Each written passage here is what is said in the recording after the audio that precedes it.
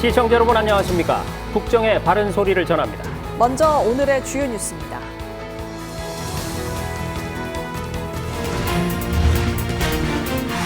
한미일 재무장관이 모여 변화된 경제 금융 상황을 논의했습니다.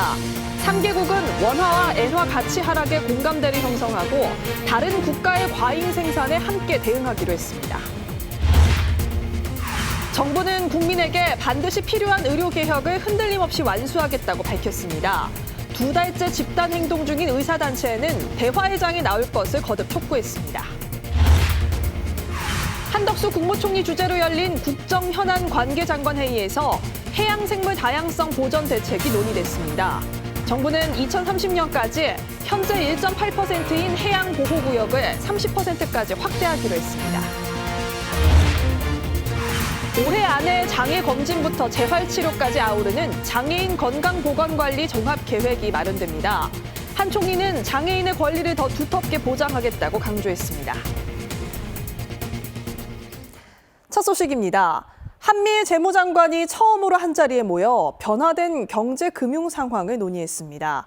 세 나라는 원화와 엔화 가치 하락에 대한 우려를 공유하고 다른 나라들의 과잉 생산에 함께 대응한다는 공동선언문을 채택했습니다. 신국신 기자입니다.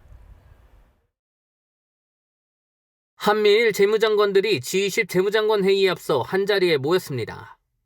지난해 8월 미국 캠프 데이비드에서 열린 한미일 정상회의의 후속 조치로 3국 재무장관이 함께 만난 건 이번이 처음입니다. 3국 재무장관은 그동안 변화된 경제 금융 상황을 논의하고 공동 대응 방향을 담은 공동선언문을 채택했습니다. 우선 최근 달러 대비 원화와 엔화의 가치 하락이 지속된 데에 대한 우려를 공유했습니다. 3국은 주요 20개국의 약속에 따라 외환시장 진전 상황에 대해 긴밀히 협의하기로 했습니다. 최상목 경제부총리도 모두 발언해서 최근 몇 년간 우리는 지정학적 긴장과 충돌이 갈수록 복잡화, 일상화되며 세계 경제에 지속적인 충격을 주는 것을 목도해왔다며 3국 협력을 강조했습니다. 실물 경제 불확실성에 초래할 수 있는 금융 측면의 불안에 대해서도 3국이 협력하여 적극 대응할 필요가 있습니다. 공동선언문에는 글로벌 공급망 강화 파트너십을 통한 다른 국가의 과잉 생산에 대응한다는 내용도 담겼습니다. 과잉 생산의 주체로 중국을 직접 거론하진 않았지만 사실상 중국의 과잉 생산 문제를 의제화한 겁니다. 3국 재무장관은 공급망 탄력성 강화를 위한 자금 조달에 대한 정상들의 합의를 재확인했다며 이를 위해 글로벌 공급망 강화 파트너십을 통해 함께 노력할 것이라고 밝혔습니다. I see scope to further deepen our cooperation on key shared objectives in the region and globally. 한미일 정상회의의 후속 조치로 대북, 대러 제재 논의도 진행했는데 러시아의 우크라이나 전쟁과 북한의 무기 개발에 대응해 각국의 제재 상황을 공유하기로 했습니다. 각자 제재 수단을 활용해 공조를 강화하고 유엔 안보리 결의에 반하는 러북 상호 간 무기 수출과 수입 활동의 중단을 촉구했습니다. KTV 신국진입니다. 한미일 재무장관의 공동 구두 개입 등의 영향으로 18일 서울 외환시장은 원달러 환율이 전일보다 13.9원 내린 1372.9원의 거래를 마쳤습니다. 원달러 환율은 중동 사태 등 국내외 불안정 요인으로 지난 16일 17개월 만에 1,400원까지 치솟았습니다. 한편 워싱턴에서 국제통화기금 춘계회의 계기 대담에 참석 중인 이창용 한국은행 총재도 원달러 환율의 변동성을 완화하기 위한 개입에 나설 재원과 수단을 보유하고 있다고 거듭 강조했습니다.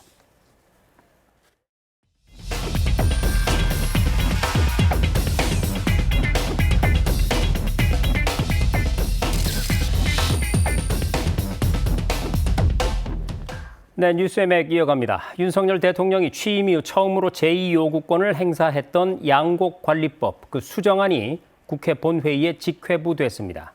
뉴스룸의 취재기자가 나와 있습니다. 자, 김현지 기자, 먼저 직회부 소식부터 전해주시죠. 네, 국회 농림축산식품해양수산위원회가 전체 회의를 열고 이른바 제2양곡관리법 개정안을 국회 본회의에 직회부했습니다. 제2회라는 표현을 했듯이 이번 개정안은 지난해 윤 대통령의 제2요구권 행사로 폐기된 양곡법의 새 개정안입니다. 자, 그러면 기존 개정안과 비교했을 때 어떤 내용이 달라진 건가요? 네, 지난해 개정안은 쌀 수요 대비 초과 생산량이 3에서 5%거나 쌀값이 전년보다 5에서 8% 하락할 때 정부가 초과 생산량을 전부 매입하도록 했는데요. 이번 안은 미국 가격이 폭락하거나 폭락이 우려될 때 정부가 초과 생산량을 매입하는 대책을 수립해 시행하도록 했습니다. 반대로 미국 가격이 폭등하거나 폭등이 우려될 땐 정부 관리 양곡을 판매하는 대책을 수립하는 것도 포함됐고요. 폭락과 폭등 기준은 농림축산식품부 차관을 위원장으로 하는 양곡수급관리위원회 심의를 거쳐 결정하도록 했습니다. 자, 얘기를 들어보니까 기존 개정안과 이 매입 기준에서 차이가 있는 것 같은데요. 그렇지만 정부는 이 기존 개정안에 이어서 이번 개정안도 부작용이 우려된다 이렇게 보고 있죠? 네, 그렇습니다. 먼저 현재 국민의 쌀 소비가 계속 줄고 있는데 정부가 강제로 남는 쌀을 매입하면 농업인들이 쌀을 계속 생산하게 돼서 결국은 쌀 공급 과잉이 심화할 거라고 우려했습니다. 그리고 이렇게 되면 재정 부담도 늘 거라고 설명했는데요. 앞서 한국농촌경제연구원은 쌀을 의무적으로 격리할 경우 내년엔 약 9,800억 원, 2030년엔 1조 4천억 원의 예산이 투입될 거로 전망한 바가 있습니다.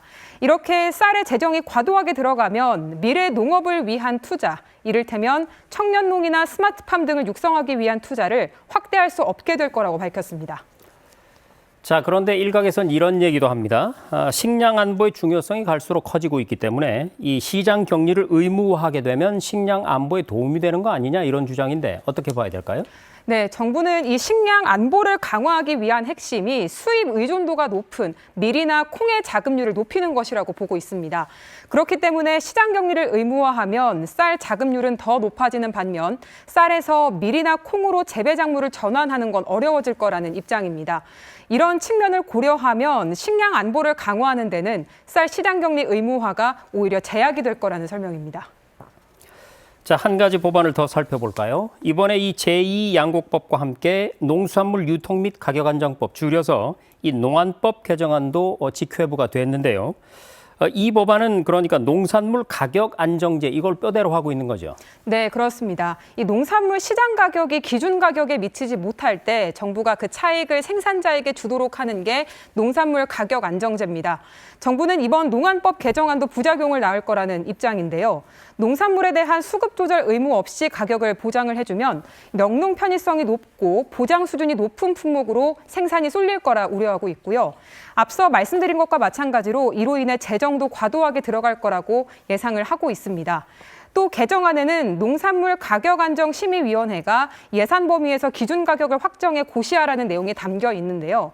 이해관계자가 포함된 이 위원회에서 기준 가격 등을 결정한다면 불필요한 사회적 갈등도 생길 수 있다는 입장입니다. 결론적으로 이 정부는 법 개정에 의한 강제가 아니라 이 수급 관리를 통해서 쌀이나 농산물의 이 가격을 안정화해야 한다 이런 입장인 것 같은데 그러면 이와 관련해서 지금 정부가 추진하고 있는 대책이 있나요? 네, 먼저 정부는 논에서 벼 대신 밀이나 논콩 같은 작물을 키우면 직불금을 주는 전략작물 직불제를 시행하고 있는데요. 이를 통해 벼 재배 면적을 지속해서 줄인다는 계획입니다. 또 위성이나 드론 등을 활용해 얻은 실시간 관측 자료와 소비 관련 빅데이터에 기반해서 쌀 수급 예측 시스템을 고도화하고요. 또 이를 기반으로 쌀 초과 생산이 예상되면 수확 전에 수급 조절하는 방안도 마련하겠다고 밝혔습니다. 채소와 과일 등 주요 농산물에 대해서는 자조금 단체 육성 등으로 마찬가지로 재배 면적을 관리하고 생산자가 참여하는 수급 관리 시스템을 강화해서 수급 정책 실효성을 높이겠다고 설명했습니다.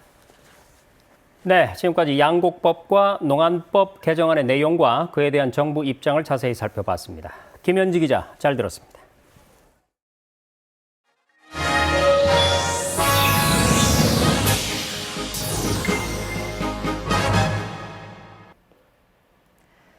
정부가 중앙사고수습본부 회의를 열고 국민에게 반드시 필요한 의료개혁을 흔들림 없이 완수하겠다고 밝혔습니다.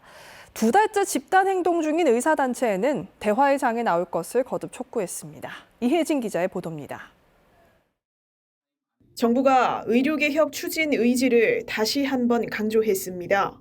조규홍 보건복지부 장관은 중앙사고수습본부 회의를 열어 의료개혁은 지역 의료와 필수 의료를 강화하고 미래 의료 수요에 대비하는 등 국민 생명과 건강을 지키기 위해 반드시 필요한 과제라고 힘주어 말했습니다. 이어 각계의 합리적 의견을 충분히 수렴하면서 의료개혁을 흔들림 없이 완수해 나가겠다고 밝혔습니다. 조 장관은 이와 함께 의료개혁은 의사 근무 여건 개선과 의료 시스템을 혁신하는 것임을 명확히 했습니다. 전공의 근무시간 단축 등 수련 환경을 개선하고 필수 의료 보상을 강화하면서 지역 완결적 의료 체계를 구축하는 방향이란 설명입니다. 여기에 의료사고 법적 부담 완화까지 그동안 의사단체에서 제안한 개선 방안과 의료개혁의 내용이 다르지 않음을 역설했습니다. 조 장관은 이런 근거를 들어 의료계의 대화의 자리에 나와 구체적 이행 방안을 논의해 나갈 것을 촉구했습니다. 정부는 이렇게 의료개혁 의지에 변함이 없으며 의료계가 집단 행동을 멈추고 대화에 나서줄 것을 계속해서 당부하고 있습니다. 대화의 장에서 통일된 대안을 제시하면 열린 자세로 의료계의 의견을 경청하겠다는 입장입니다. 의료계 여러분은 집단 행동을 멈추고 조속히 대화에 나서 주시기 바랍니다. 정부의 의료개혁 의지에는 변함이 없습니다. 의사 집단 행동에 따른 의료 공백이 길어지는 가운데 권역 응급의료기관 14곳이 중증, 응급질환 일부 진료가 제한됨을 알렸습니다. 정부는 환자 피해를 최소화하기 위해 의료기관 진료 역량을 면밀히 점검하면서 비상진료 대책을 강화하고 있습니다. 공중보건의와 군의관, 시니어 의사 등 대체 인력 지원을 늘리고 있고 진료 지원 간호사 양성 교육도 실시됩니다. 한덕수 국무총리도 국군 수도병원을 찾아 비상진료 대응 상황을 점검했습니다. 한 총리는 진료 공백 장기화로 응급 외상 환자가 신속한 치료를 받지 못하는 일이 발생하고 있다며 심각한 환자는 군병원에 우선 이송되도록 조치하겠다고 밝혔습니다. 국군병원의 외상 치료 인력과 인프라는 국내 최고 수준인 것으로 알고 있습니다. 정부는 119 구급 상황 관리센터와 광역 응급 의료 상황실을 통해서 심각한 외상 환자의 경우 군 병원에 우선적으로 이송하여 치료받을 수 있도록 조치할 계획입니다. 국군 외상센터는 급히 이송된 중증 외상 환자를 수술하는 등 전공의 이탈로 인한 의료 공백 해소에 기여하고 있습니다. 최근 응급진료 386건, 수술과 시술 138건 등을 진행했고 민간 상급 종합병원에서도 어려운 고난도 수술까지 성공했다는 설명입니다. KTV 이혜진입니다. 이탈한 전공의들의 빈자리를 메우는 진료 지원 간호사의 중요성이 어느 때보다 커지고 있지만 이들이 의사 업무를 대신하는 것에 대한 법적, 제도적 뒷받침이 필요한 상황인데요. 정부가 미국과 일본처럼 진료 지원 간호사를 조속히 제도화하겠다는 뜻을 분명히 했습니다. 김경호 기자입니다. 인력난을 이유로 의사의 의료행위 일부를 수행해온 진료 지원 간호사들. 이들이 의사 업무를 대신한 건 대형 병원의 오랜 관행이었습니다. 원래 의사들이 해야 되는 블러드 컬처 이런 것도 하고 있고 L튜브 삽입하는 거라든지 폴리 끼는 거 그런 거 하고 있어요. 그래서 그거 외에도 사실은 계속 확대되고 있는 거라 아마 여기서 국한 안 되고 더 넓혀질 것 같아요. 정부는 전공의 공백을 계기로 진료 지원 간호사 문제를 수면 위로 끌어올렸습니다. 시범 사업을 통해 진료 지원 간호사의 업무를 분명하게 하고 이들의 법적 부담을 한시적으로 해소했습니다. 전공의 공백이 장기화하면서 진료 지원 간호사를 추가 투입하고 교육 훈련을 체계화하기도 했습니다. 정부가 추정한 진료 지원 간호사는 약 9,000명입니다. 정부는 진료 지원 간호사를 약 2,700여 명 늘리고 이들에 대한 교육 훈련을 대한간호협회에 위탁하기로 했습니다. 정부는 의료 현장에서 존재감이 커진 진료 지원 간호사를 제도화하기 위해 공론화 작업에 착수했습니다. 간호사분들이 전문성과 역량을 키워 숙련된 의료인으로 성장할 수 있도록 지원하는 것은 필수 의료 정책의 중요한 영역입니다. 간호계에서는 진료 지원 간호사를 공인 자격으로 인정해야 한다는 주장이 나왔습니다. 앞서 공인 자격을 도입한 미국과 일본 사례를 들며 수준 높은 교육 훈련도 뒤따라야 한다고 덧붙였습니다. 이분들이 전담 간호사로 배치가 되면서 어떤 특별한 교육 과정을 그러면서 진료지원 간호사의 역할을 정립하고 법적 보호 체계를 마련하려는 노력은 정부의 시범사업 이후에도 계속돼야 한다고 강조했습니다. 현장에서는 시범사업 종료와 함께 이들에 대한 법적 보호망도 사라질 거란 우려의 목소리가 컸습니다. 어디까지 이거를 해줄지도 의문인 거고 해도 이거는 잘 안 될 것 같은데. 의사들이 했을 때 합병증이 자주 생기는데 이런 거를 했을 때 정부는 현장의 우려를 불식하기 위해 진료지원 간호사를 조속히 제도화하겠다는 뜻을 다시 한번 밝혔습니다. 간호사의 역량 향상과 법적 보호를 위한 노력은 계속될 거란 설명입니다. KTV 김경호입니다. 생태계 파괴로 많은 생물들이 멸종 위기를 겪고 있는 가운데 정부가 해양 생물 다양성 보전 대책을 내놨습니다. 현재 2%인 해양 보호구역이 오는 2030년까지 30%로 확대됩니다. 김용민 기자의 보도입니다. 최근 온실가스 배출로 인한 전 세계에서 벌어지는 생태계 파괴는 인류 생존을 위협하고 있습니다. 이상기후로 인해 지구가 몸살을 앓고 있고 각종 생물들이 멸종 위기를 겪고 있는 상황입니다. 한덕수 국무총리 주재로 열린 국정현안관계 장관회의에서 참석자들은 해양생물 다양성 보전 대책을 논의했습니다. 한덕수 국무총리는 국제사회가 한 목소리를 내고 있다며 정부도 적극 동참하고 있다고 강조했습니다. 국제사회는 글로벌 생물 다양성 프레임워크 등 국제 협약을 통해 생물 다양성과 생태계 보존을 위한 전 지구적 행동을 촉구하고 있고 정부도 이에 동참해 제5차 국가 생물 다양성 전략을 마련하여 범정부적 노력을 기울이고 있습니다. 이날 논의된 내용은 제5차 국가 생물 다양성 전략 중 해양 분야에 대한 구체적인 계획입니다. 정부는 2030년까지 현재 1.8%인 해양 보호구역을 30%까지 확대하기로 했습니다. 또 가칭 해양보호구역법을 내년까지 제정하고 해양보호 생물을 현재 91종에서 120종까지 확대 지정할 방침입니다. 이와 함께 해양보호생물 서식 실태를 5년 주기로 정기 조사하고 바다새 서식처와 산호초 군락지도 복원하기로 했습니다. 한 총리는 회의에서 2024년 집중 안전 점검에 대해 언급했습니다. 점검은 4월 22일부터 2달 동안 노후 교량과 댐 등 사회 기반 시설과 전통시장, 놀이터 같은 안전 취약 시설을 대상으로 진행됩니다. 한 총리는 각종 매뉴얼을 꼼꼼히 살펴보고 취약 부분을 즉시 보완해야 한다며 각 부처에 각별한 경각심을 갖고 임해달라고 주문했습니다. KTV 김용민입니다.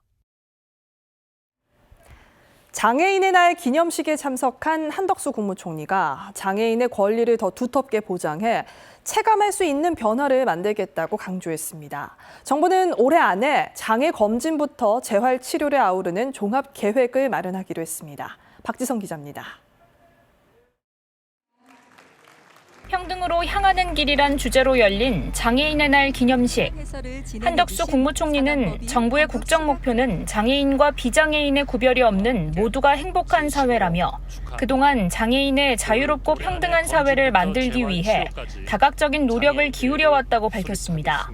실제 올해부터 장애인이 자신의 필요에 따라 유연하게 정부 지원 서비스를 선택할 수 있는 장애인 개인 예산제가 8개 지자체에서 시범 도입되고 오는 6월부터는 최중증 발달 장애인을 위한 맞춤형 통합 돌봄이 시행됩니다.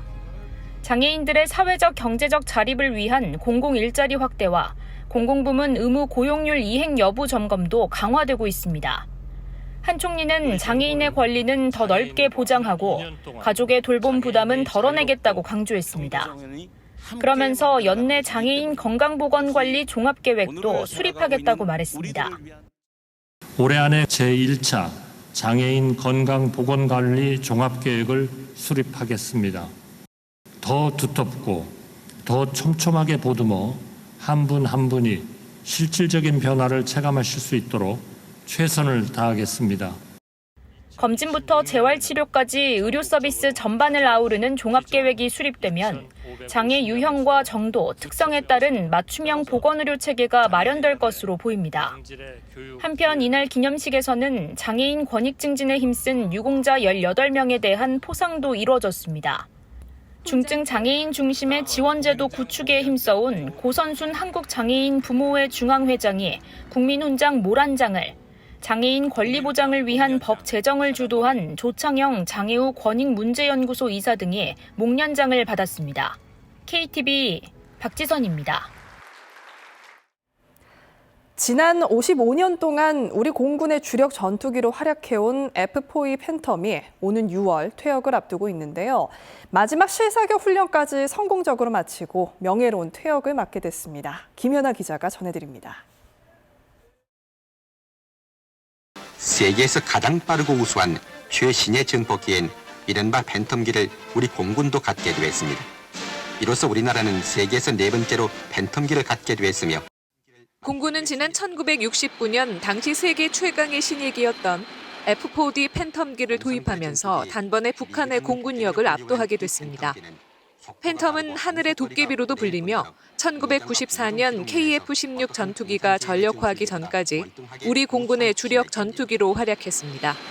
공군은 개량형인 F-4E, 정찰기 RF-4C 등 220여 대의 팬텀을 운영했는데 현재는 대부분 퇴역하고 F-4E 10여 대만이 남았습니다. 오는 6월 퇴역하는 F-4E 팬텀이 마지막 실사격 훈련을 성공적으로 마쳤습니다. F-4E 팬텀 전투기에서 발사된 AGM-142 하바이 공대지 미사일. 붉은 화염을 내뿜으며 표적을 향해 날아가서는 5, 4, 3, 2, 1. 한치의 오차도 없이 명중합니다. 우리 공군에서 AGM-142를 발사할 수 있는 전투기는 F-4E가 유일해 이번 훈련은 팬텀의 고별 실사격 훈련인 동시에 하바이 미사일의 고별 훈련이 됐습니다. AGM-142는 약 100km 떨어진 표적을 1m 이내의 오차 범위로 정밀 타격할 수 있는 공대지 미사일입니다.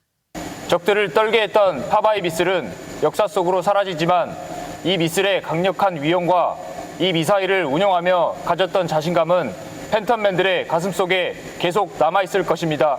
55년간 대한민국 영공을 수호해온 F-4E 팬텀의 퇴역식은 6월 7일 수원기지에서 열립니다. KTV 김연아입니다. 대형 액화 천연가스 운반선인 오리온 스피리트호의 명명식이 열렸습니다. 30년 만에 달성한 국내 500번째 수출 LNG 운반선이라 그 의미가 큰데요. 명실상부하게 세계 1위를 달리고 있는 K조선의 저력을 조태영 기자가 보도합니다. 18일 대형 액화천연가스 운반선 수출 500호선인 오리온 스피리트호의 명명식이 열렸습니다. 이번 선박은 1994년 한국이 첫 LNG 운반선을 건조한 이래 500번째로 수출하는 선박으로 미국 JP모건에 인도됩니다. LNG 운반선은 영하 163도의 초저온 액화가스를 안전하게 이송하는 선박으로 척당 3천억 원이 넘는 고부가 선박입니다. 대한민국은 지난 30년간 전 세계 대형 LNG 운반선 680척 중 3분의 2를 만드는 성공적인 역사를 썼습니다. K조선은 세계 1위를 달리고 있습니다. 1분기 전 세계 선박 수주의 44.7%를 점유했고 수주액 136억 달러를 달성하는 등 3년 만에 세계 1위를 탈환한 겁니다. 세계 조선소 순위는 HD 현대중공업이 1위, 삼성중공업과 하나오션이 각각 2위와 3위를 차지했습니다. 한국 조선소 순위가 곧 세계 조선소 순위가 된 상황. 우리 조선산업이 두각을 나타내는 만큼 정부는 수출 호조세가 지속될 수 있도록 정책적 역량을 집중해 나갈 계획입니다. 우리는 지금의 성공을 넘어 K조선의 새로운 미래를 준비해야 합니다. 정부는 지난달 발족한 K조선 차세대 이니셔티브를 중심으로 초격차 기술 확보, 인력 문제 등 당면 과제에 속도감 있게 대응해 나가겠습니다. 정부는 조선 3사 등 민간 기업과 함께 미래형 조선산업에 투자하기로 결정했습니다. 이에 따라 민관은 향후 5년간 친환경, 자율운항 선박 개발에 9조 원을 투입합니다. 또 조선산업 초격차 R&D 로드맵을 상반기 내 수립하고 이를 기반으로 2030년까지 세계 최초 액화수소 운반선을 개발합니다. 아울러 정부는 전문 조선 인력 양성에도 힘씁니다. 지난달 20일 총 사업비 64억 원을 투입해 매년 1000여 명의 전문 인력을 키우는 조선해양 미래혁신 인재 양성센터를 열었습니다. KTV 조태영입니다. 항공기의 수리와 정비, 개조를 총망라하는 첨단 복합 항공단지가 오는 2026년에 인천공항에 들어섭니다. 세계적인 항공 기업들과 국내 항공 정비 전문 업체들이 이곳에 입주해서 통합 항공 정비 서비스를 제공할 예정입니다. 이리나 기자입니다. 인천국제공항이 자리한 영종도에 항공기 정비를 담당할 첨단 복합 항공단지가 들어섭니다. 항공기 부품부터 엔진과 운항 시스템 등 항공기 전반을 정비하는 MRO 사업은 국민의 안전에 직결될 뿐 아니라 고용 창출 효과도 커 성장 잠재력이 큰 신성장 동력 산업으로 꼽힙니다. 하지만 세계 시장의 2% 수준에 불과한 국내 MRO 시장은 높은 해외 의존도로 지속적인 성장에 한계가 있습니다. 정부는 세계 5대 공항으로 꼽히는 인천공항에 첨단 복합 항공단지 건설에 들어갔습니다. 이런 항공 인프라 확장을 토대로 2026년까지 공항 배후에 첨단 복합 항공단지를 조성할 것입니다. 항공기 개조 정비와 같은 전후방 연계 산업을 육성하기 위해 올해 1월 이 지역을 자유무역 지역으로 지정했습니다.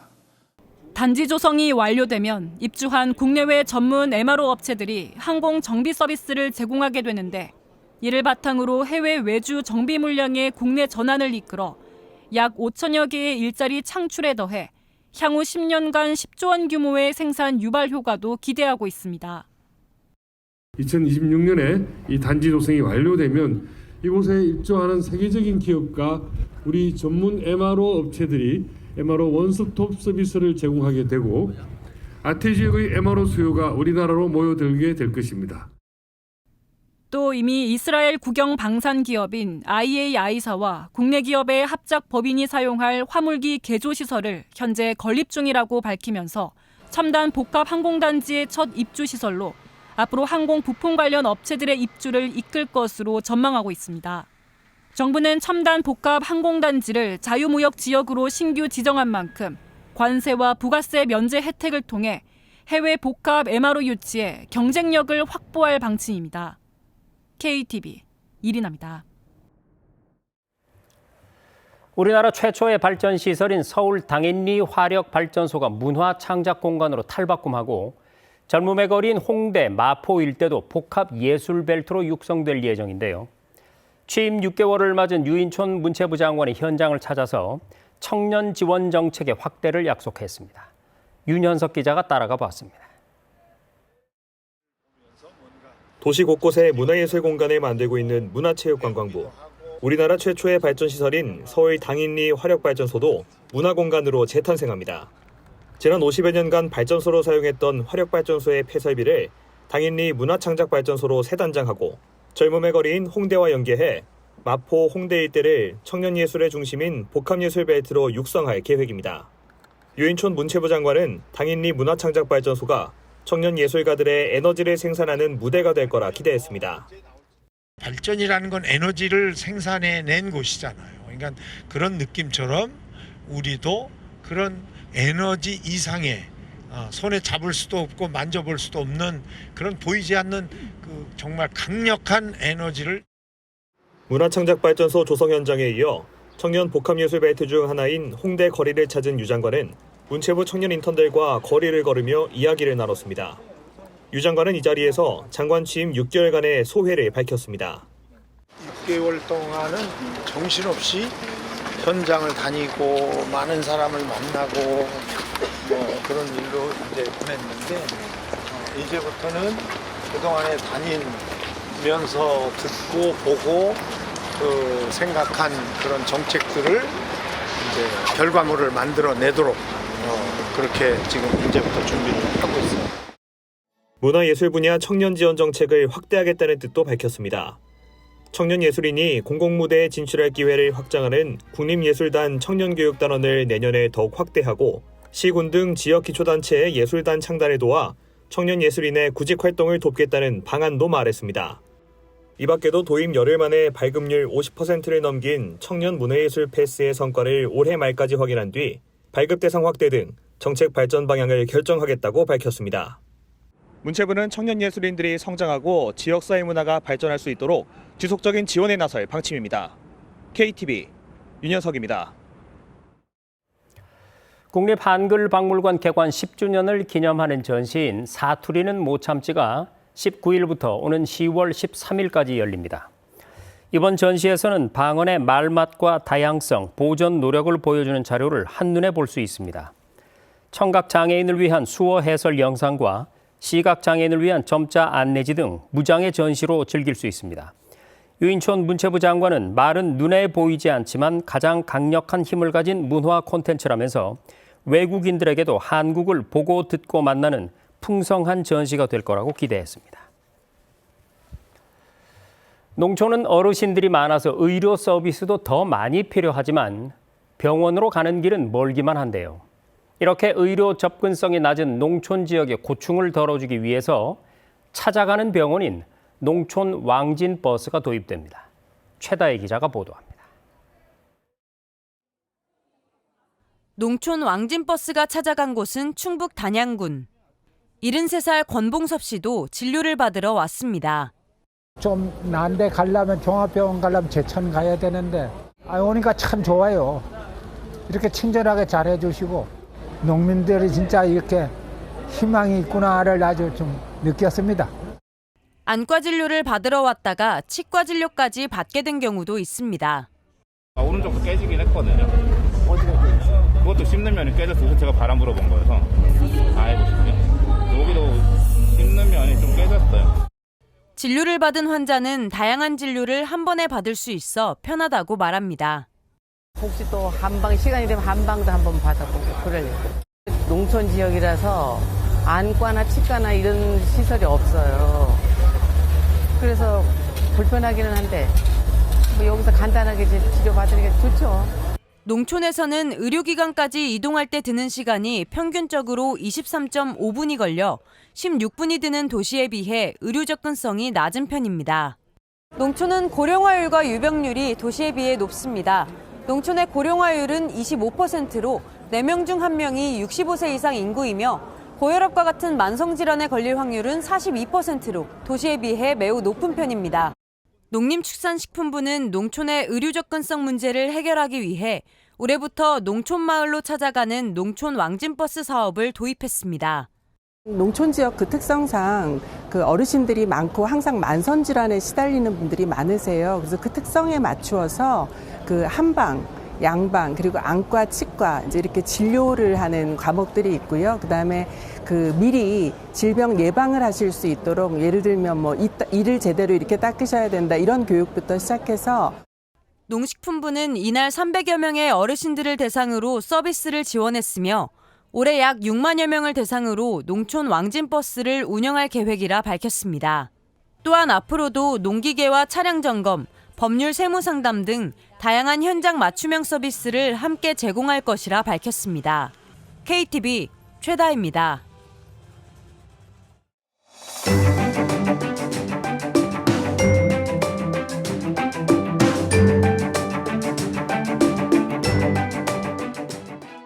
안녕하세요. K웨더 라이프스타일 예보 박서훈입니다. 내일도 전국 하늘은 대체로 맑겠습니다. 수도권과 강원 등 중북부 지방의 하늘에는 구름만 조금 있겠고요. 충청 이남 지방은 점차 구름이 많아지겠습니다. 한편 요즘 계속해서 황사가 기승을 부리고 있는데요. 오늘 강원 영동과 경상권에 특히 황사가 심합니다.